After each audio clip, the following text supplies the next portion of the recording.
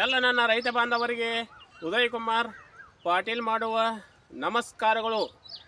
ನಾನು ಇವತ್ತಿನ ದಿವಸ ನಮ್ಮ ಜವಭೂಮಿ ನೋಡತ್ತಲ್ಲ, ಇದೆಲ್ಲ ನಮ್ಮ ಜವಭೂಮಿ ಒಳಗನ ನಾವು ಯಾವ ಥರ ಕಬ್ಬು ಹಾಕಿದ್ರೆ ಬಂಪರ್ ಇಳುವರಿ ತಗೋಬೋದು ಅಂತ ಕ್ಯಾರ ನಾನು ರೈತ ಮಿತ್ರರಿಗೆ ನಾ ಹೇಳ್ತಾನೆ.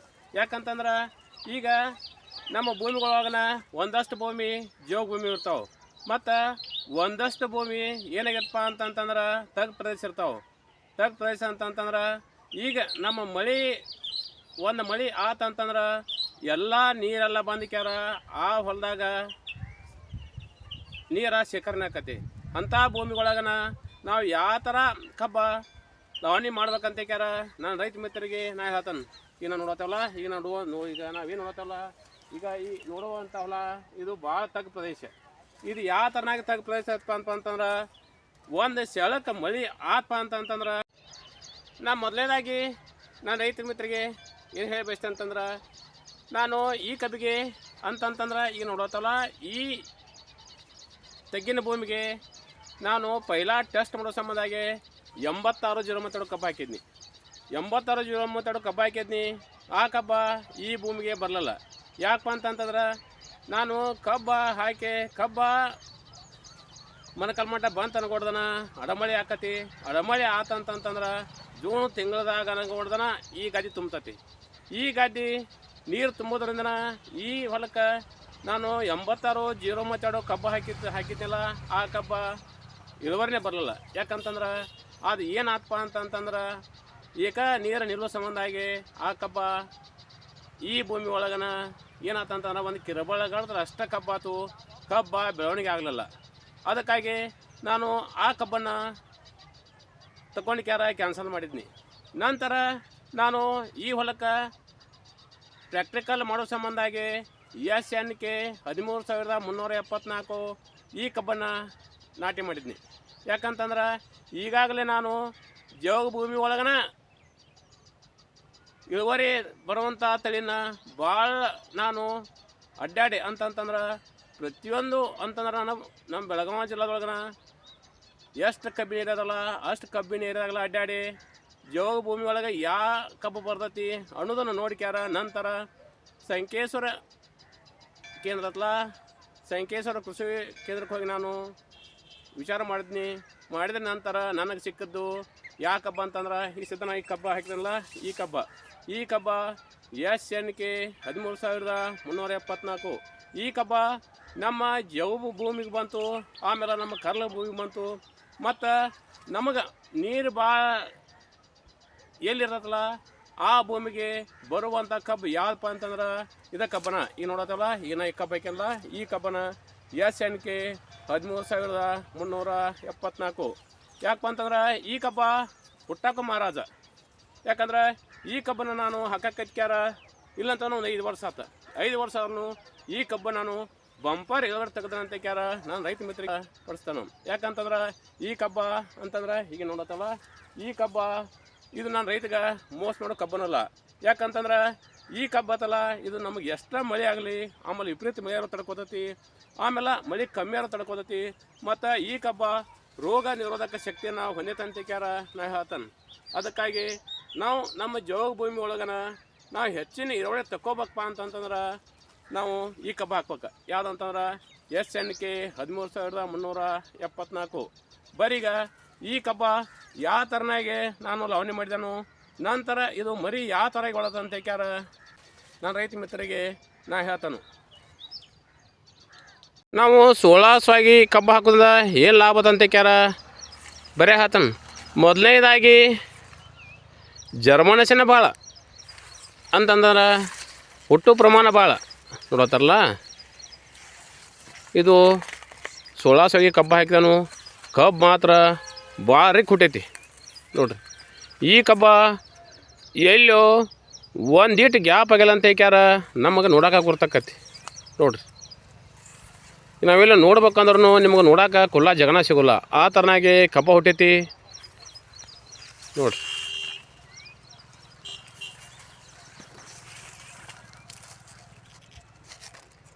ಸೋಳಾಸಾಗಿ ಕಬ್ಬು ನಾವು ಹಾಕಿದ್ವು ಅಂತಂದ್ರೆ ಆ ಕಬ್ಬಿನ ಕಣ್ಣುಗಳಿಗೆ ಒಟ್ಟ ಪೆಟ್ಟು ಹತ್ತಿರಲ್ಲ ಅಂತಂದ್ರೆ ಆ ಕಬ್ಬನ್ನು ಅಂದ್ರೆ ಈಗ ಸುಳಾಸೋಗಿ ಕಬ್ಬು ಬತ್ತಲ್ಲ, ಇದನ್ನು ಮ್ಯಾಲೆ ಹೋಗಿ ಕಣ್ಣು ಇಲ್ಲೇನು ಕಡಿದಿಲ್ಲ ಮತ್ತು ಕಣ್ಣಿಗೆ ಪೆಟ್ಟು ಹತ್ತಿರಲ್ಲ. ನಂತರ ಈ ಕಣ್ಣು ಭಾಳ ಹಾಡಿರ್ತದೆ ಅಂತ ಕ್ಯಾರ ನಾನು ರೈತ ಮಿತ್ರರಿಗೆ ನಾ ಹೇಳ್ತಾನೆ. ನಾವು ಬಡ್ಡಿ ಕಬ್ಬ ಅಥವಾ ಬಡ್ಡಿ ಕಬ್ಬಿನೊಳಗೆ ನಮಗೆ ಒಂದು 10% ಹುಟ್ಟು ಪ್ರಮಾಣ ಕಡಿಮೆ ಅಂತ ಕ್ಯಾರ ನಾನು ರೈತ ಮಿತ್ರರಿಗೆ ನನ್ನ ಸ್ವಂತ ಅನುಭವದ ಮೇರೆಗೆ ನಾನು ಹೇಳ್ತಾನೆ. ಯಾಕಂತಂದ್ರೆ ನಾನು ಈ ಬರೀ ಈಗ ನಾನು ನೋಡುವಂಥ ಕಬ್ಬ ಇದು ಸುಳಾಸೋಗೆ ಹಾಕಿದ ಕಬ್ಬ. ನಂತರ 2ನೇ ಮೆಥಡ್ದೊಳಗನ 1 ಎಕರೆಗೆ ನಾ 1 ಟನ್ನಾಗನ ಕಬ್ಬು ಹಾಕ್ಯಾನು. ಅಗದಿ ಖರ್ಚು ಕಡಿಮೆ ಮೇಲೆ ಕಬ್ಬು ಹಾಕ್ಯಾನು. ನಂತರ ಒಂದಷ್ಟು ಕಣ್ಣು ಪೀಸ್ ಮಾಡಿ ಹಾಕ್ಯಾನು. ನಾನು ಇವರೇ ಎಷ್ಟು ಕಬ್ಬು ಹಾಕಿಲ್ಲ ಕಬ್ಬು ಹಾಕಿದ್ನಿಲ್ಲಾನು ಅಂದರೆ ಬೇರೆ ಬೇರೆ ವಿಧಾನದಾಗನ ಕಬ್ಬು ಹಾಕ್ಯಾನು.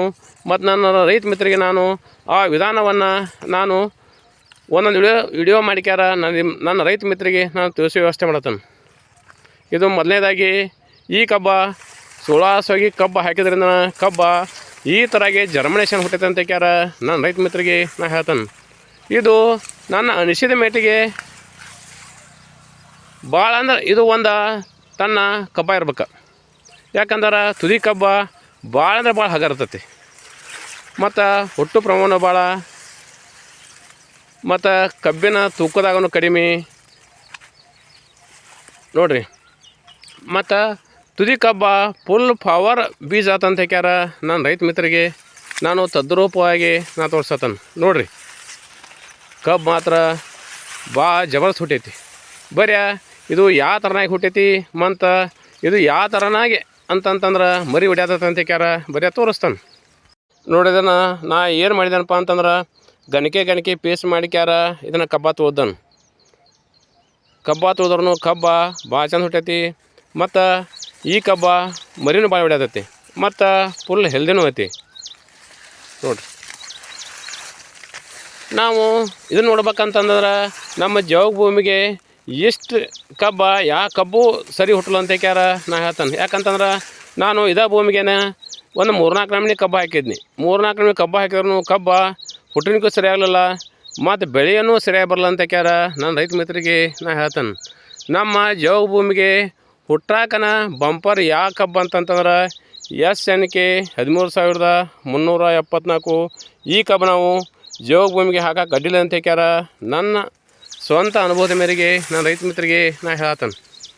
ಮತ್ತು ಈ ಕಬ್ಬ ಹುಟ್ಟಾಕೂ ಹಂಗೆ ಬೆಳ್ಯಾಕೂ ಹಂಗೆ ನೋಡಿರಿ. ಈಗ ಸದ್ಯ ಈ ಮರಿ ನಮ್ಮ ಮುಟ್ಟಿಗೆ ಅಷ್ಟು ದಪ್ಪ ಐತಿ. ಈ ಸದ್ಯ ಈ ಕಬ್ಬು ಹಾಕಿ ಒಂದು 2 ತಿಂಗಳ ಕಬ್ಬು ಆಯ್ತು. ಇದು ಪ್ರತಿಯೊಂದು ಮರಿ ಎಲ್ಲನೂ ಫುಲ್ ಹೆಲ್ದಿದಾವು ಮತ್ತು ಗಡ್ತರು ಹಂಗೈತಿ ಮತ್ತು ಫುಲ್ ಹೆಲ್ದಿನೂ ಹಂಗೈತಿ.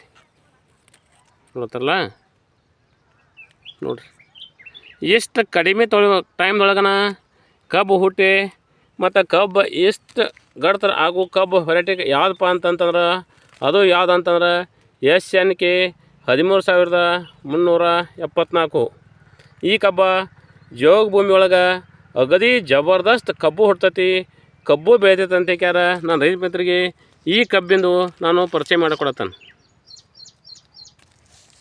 ನೋಡಿರಿ ಮರಿ ಸಮಲ ಅಗದಿ ಜಬರ್ದಸ್ತ್ ಮರಿ ಹೊಡ್ಯಾತದಂತ ಕ್ಯಾರ ನಮಗೆ ನೋಡೋಕೆ ಗೊತ್ತಾಕತಿ.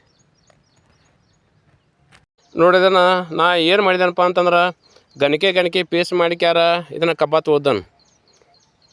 ಕಬ್ಬ ತೊಳೆದ್ರೂ ಕಬ್ಬ ಭಾಳ ಚಂದ ಹುಟ್ಟೈತಿ ಮತ್ತು ಈ ಕಬ್ಬ ಮರಿನೂ ಭಾಳ ಹೊಡ್ಯಾತೈತಿ ಮತ್ತು ಫುಲ್ ಹೆಲ್ದಿನೂ ಐತಿ. ನೋಡಿರಿ ನಾವು ಇದನ್ನು ನೋಡ್ಬೇಕಂತಂದ್ರೆ ನಮ್ಮ ಜೋಗ ಭೂಮಿಗೆ ಎಷ್ಟು ಕಬ್ಬ ಯಾವ ಕಬ್ಬು ಸರಿ ಹುಟ್ಟಲ್ಲ ಅಂತ ಕ್ಯಾರ ನಾ ಹೇಳ್ತಾನೆ. ಯಾಕಂತಂದ್ರೆ ನಾನು ಇದೇ ಭೂಮಿಗೇನೆ ಒಂದು 3-4 ನಮೂನಿ ಕಬ್ಬು ಹಾಕಿದ್ನಿ. 3-4 ನಮೂನಿ ಕಬ್ಬು ಹಾಕಿದ್ರು ಕಬ್ಬ ಹುಟ್ಟಿನಿಗೂ ಸರಿಯಾಗಲಿಲ್ಲ ಮತ್ತು ಬೆಳೆಯೂ ಸರಿಯಾಗಿ ಬರಲ್ಲ ಅಂತ ಕ್ಯಾರ ನಾನು ರೈತ ಮಿತ್ರರಿಗೆ ನಾ ಹೇಳ್ತಾನೆ.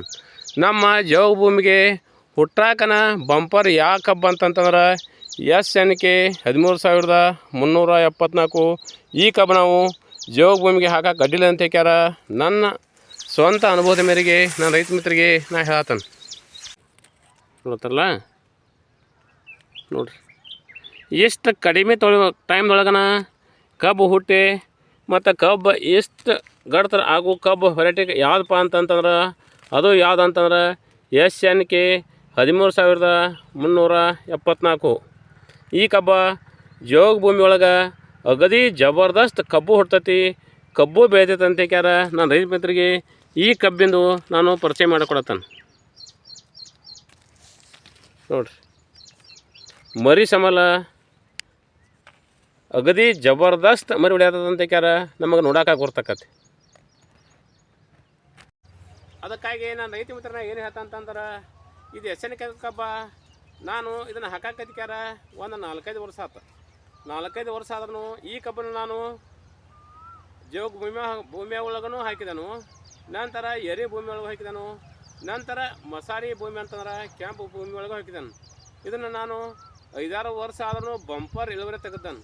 ಅಂತಂತಂದ್ರೆ ನಾನು 50ರಿಂದ ಮುಂದೆ 70 ಟನ್ ಮಟನು ನಾ ಈ ಕಬ್ಬನ್ನು ಇಳುವರಿ ತೆಗೆದನು. ಅದಕ್ಕಾಗಿ ನಾನು ರೈತ ಮಿತ್ರನ ಏನು ಹೇಳ್ತಂತಂದ್ರೆ, ನಾವು ಇಂಥ ನಮ್ಮ ಜೋಗ ಭೂಮಿ ಒಳಗೆ ನಾವು ಈ SNK ಕಬ್ಬು ಹಾಕೋದ್ರಿಂದ ಬಂಪರ್ ಇಳುವರಿನೂ ಬರ್ತೈತಿ, ಮತ್ತು ಜೋಗ ಭೂಮಿ ಒಳಗೆ ಅಗದಿ ಹೆಚ್ಚು ಇಳುವರಿನೂ ಬರ್ತೈತಿ. ನಂತರ ಈ ಕಬ್ಬ ರೋಗರಹಿತ ತಳಿ ಐತಿ, ಮತ್ತು ಈ ಕಬ್ಬನ್ನು ಎಲ್ಲ ಫ್ಯಾಕ್ಟ್ರಿ ಬೇಡಿಕೆ ಐತಿ. ಆಮೇಲೆ ಈ ಕಬ್ಬ ಸಕ್ರೆ ಅಂತಂದ್ರೆ ಸಕ್ಕರೆ ಅಂಶ ಭಾಳ. ಈಗ ನಾನು ಈ ಕಬ್ಬನ್ನು ಇನಾಮದಾರ್ ಶುಗರ್ಸ್ ಕಳಿಸಿದನು, ನಂತರ ಬೆಲ್ಲದ ಬಾಗೇವಾಡಿ ಫ್ಯಾಕ್ಟ್ರಿ ಕಳಿಸಿದನು, ಮತ್ತು ಹರ್ಷ ಶುಗರ್ ಫ್ಯಾಕ್ಟ್ರಿ ಕಳಿಸ್ಯಾನ. ಮತ್ತು ಈ ಕಬ್ಬಿಂದು ಬೇಡಿಕೆನೂ ಭಾಳ ಐತಿ, ಮತ್ತು ಈ ಕಬ್ಬ ಇಳುವರಿನೂ ಭಾಳ ಐತಿ. ಅದಕ್ಕಾಗಿ ಈ ಕಬ್ಬನ್ನು ನಾವು ಇಂಥ ನಮ್ಮ ಜೋಗ ಭೂಮಿಗೆ ಪರ ಅಂತಂತಂದ್ರೆ ಲಾವಣಿ ಮಾಡೋದು ಬಿಟ್ಟುಕೊಟ್ಟ ಇಂಥ ನೂತನವಾಗಿ ಈಗೇನಿದೆ ಕಬ್ಬ ಬಂದತ್ತಲ್ಲ, ಈ ಕಬ್ಬನ್ನು ನಾವು ಲಾವಣಿ ಮಾಡಿದೊಂದನ್ನು ಬಂಪರ್ ಇಳುವರಿ ತಗೋಬೋದಂತ ಕ್ಯಾರ ನನ್ನ ರೈತ ಮಿತ್ರಗೆ ಹೇಳಿ ಎಲ್ಲ ನನ್ನ ರೈತ ಬಾಂಧವರಿಗೆ ನನ್ನ ನಮಸ್ಕಾರಗಳು.